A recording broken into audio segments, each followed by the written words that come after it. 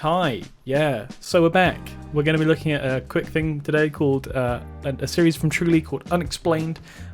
Most importantly, we're looking at the Boiler Room Boogeyman. This was recommended to me the other day, and I thought, wow, this is hilarious, hilariously bad. Just kind of standing right here, just kind of watching, soaking things in, just to see if I can hear or feel anything. And next thing I know, there's a cool breeze that comes by my right here. There's a cold breeze.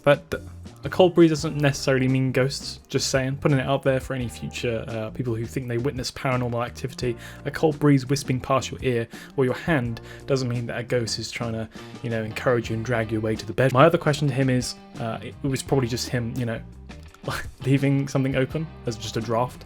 And I'm kind of caught off guard by it. And I look over here to the rack, and next thing I know, I look right here to my left. And right here, I'm 6 foot tall. This guy was 6'2". I'll never forget seeing this guy's face. He was staring right at me. You can see detail. I can see a detail of this guy's face. This guy is describing a time when he saw evidence of the afterlife. Presence unknown to him. He turns to a space where there was nothing, and now there is something. And he can see that he's saying to us that he can see, every detail of this ghost's face. So the producer cleverly shows us an image of just a shadowy figure. I saw every detail silhouette. The more pressing matter, I think, is that this guy saw a piece of the afterlife, this person from beyond the known living universe, up close and personal, literally, inches away from this dude's face.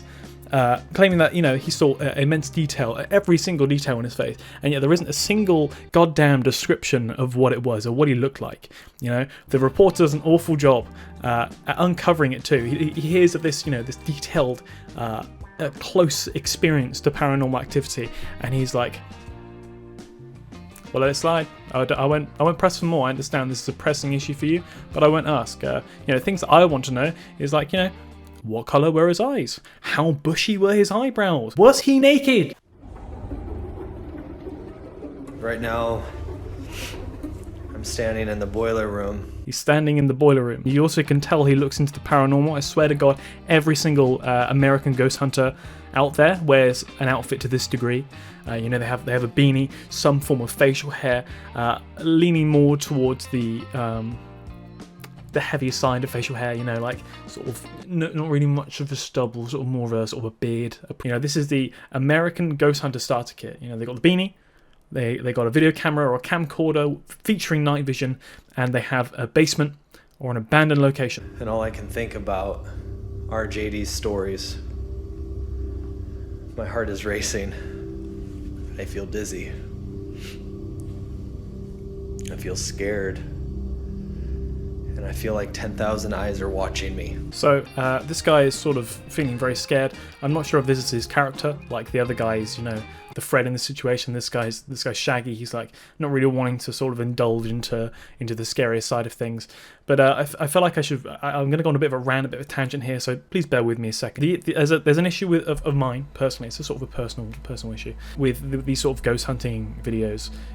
You hear these stories. They tend to hear these stories and history beforehand, which I get. You're giving context to where you're about to go into. But at the same time, don't you think it would be more interesting, rather than having this big build-up where you hear all these stories and then they go in and they find out that Jimmy Macaroni fell victim to his father's knife on this floor right here, and then they start feeling really anxious and really scared and feel like they're being watched, and all this creepy stuff starts happening, and the adrenaline's rushing, their heart's beating, they're really I feel like I could run away right now. Wouldn't it be interesting if they go in first, they do like a quick whip around, they're like, okay, then they find out the history, and then they go back, do another whip around, and see if they feel any different, in case it's a placebo effect.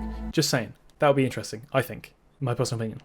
Let me know what you think in the comments. I know that we are studying residual spirits, but I can feel that what is here is intelligent. I feel like it's going to test me. Very ominous sentence. I love how this guy's just, in the corner of this boiler room telling me that there's something intelligent there. Like he's found a goddamn smart meter in the corner and wants to tell me all about how it can save me, $100 a month. We all know he's only calling this boogeyman intelligent, so he doesn't want to get eaten first. He wants to take the other guy, who we'll find out in a second is in God knows wherever of this building. I'm okay if I'm always the scaredy cat, but Again, so is this his character? I haven't seen any other episodes yet, so it'll be interesting to see some other episodes. Leave a like if you want more of this content, by the way. To see if he's the scared dude and the other guy's like the big plan thinking Fred who's gonna figure out a plan and tells them all to split up and go search for clues. I brought this piece of equipment up here. It's called a spear box. A ghost hunter bingo. He's got the beanie, he's got the camera, night vision, and I guess he must be in some form of basement or abandoned location. That's a bit ambiguous, so I think we'll leave that one. But if you're playing at home, don't mark that one down. But he does have a slight stubble, so that is facial hair, so you can mark that one down. In regards to this guy's, the previous character we've met is a scaredy cat. I'm interested to know and find out a bit more about this guy's backstory and why he became a ghost hunter, and more importantly, whether he is a Fred or a Shaggy. I think that should be the new labels for Alpha and maybe Beta / Sigma males if you follow that astrology. So he explains what an EVP is. Essentially, it's a device that skips through a load of radio stations at a rapid rate, and apparently spirits or ghosts can manipulate this to talk through it. He's going to try it out in this room, and he heard something behind him. I'll show a quick clip of that. Playing through here. I heard something behind me out there. I can't see. Essentially, the clip that I was watching was a bit too long, so I've just given you a sort of brief summary. And now we're going to watch him go through the EVP thing. I think I heard yeah. Can you tell me your name? I just want to have a conversation with you. Let's get to know each other. Can you imagine if he tries to chat up the ghost whilst he's talking? Hey! Any Harleys in the vicinity say, hey-oh! I think that was a Harley trying to get naughty. Sup, babe? What's your name? No worries, just send a pic. I bet you're dead gorgeous. I'll let that one sit with you for a little bit. Let it sizzle. I'm gonna go out there over here on the side off the stage and go walk. Let's see if I can see him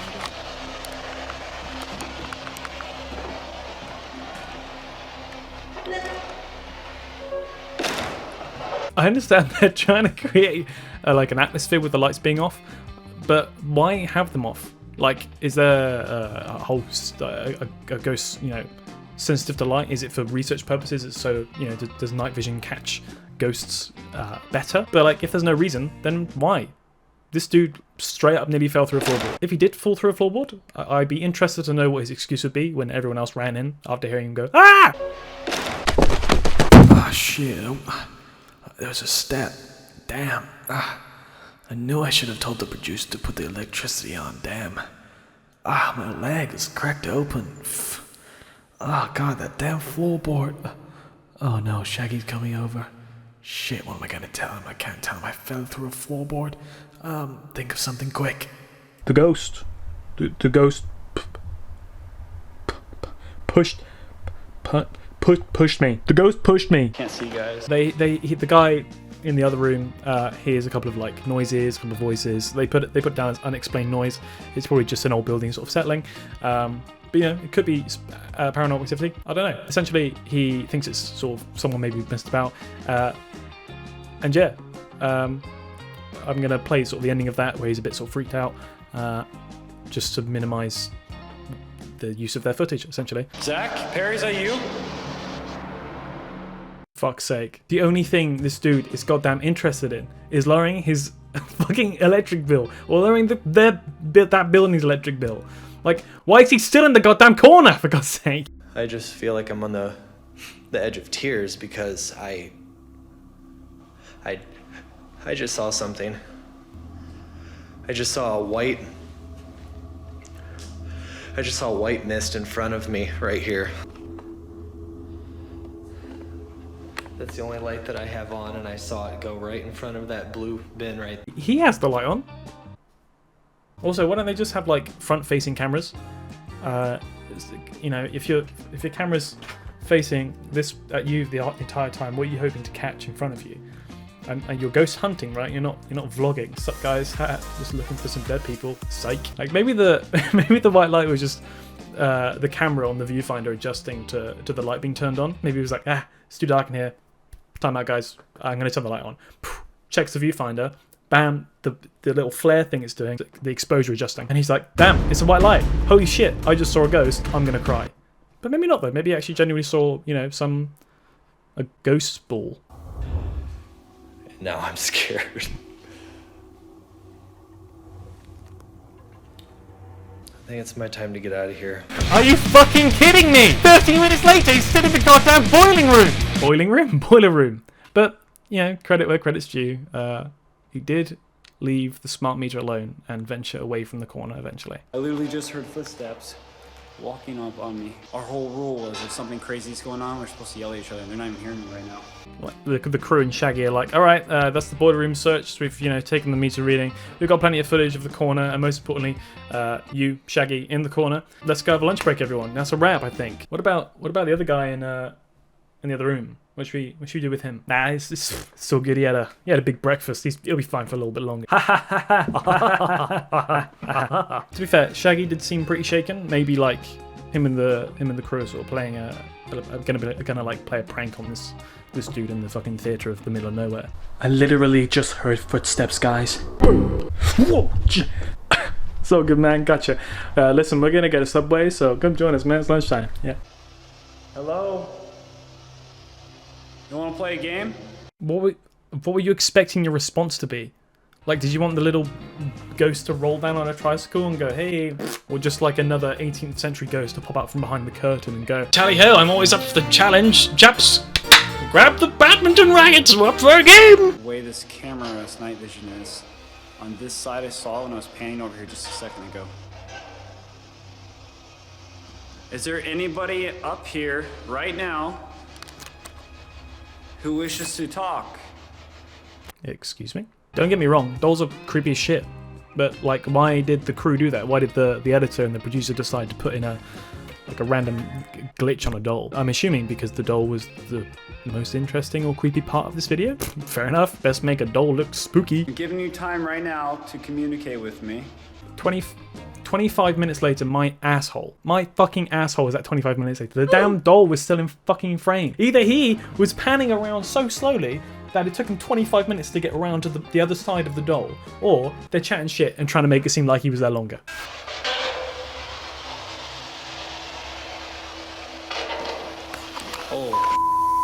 So essentially he gets scared, closes the camera, and we get a tiny, incy little explanation about, right at the end of the video, about how experts, you know, the dudes who have the expert hunter pack for ghost hunting, think that EMVs or EMPs or EMBlees or bleeblees or somehow B are bullshit. So out of 10, you know, I give it a solid 3.2 out of 10.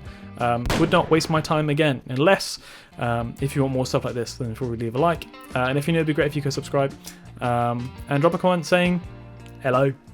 I responded into your comments. Also, there's a few links in the description if you want to check out and sort of find out a bit more about this channel. These nuts.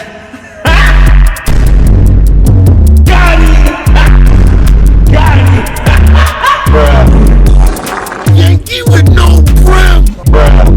Wappy slide. Man, come on, now get that pep off there. Use the double top for the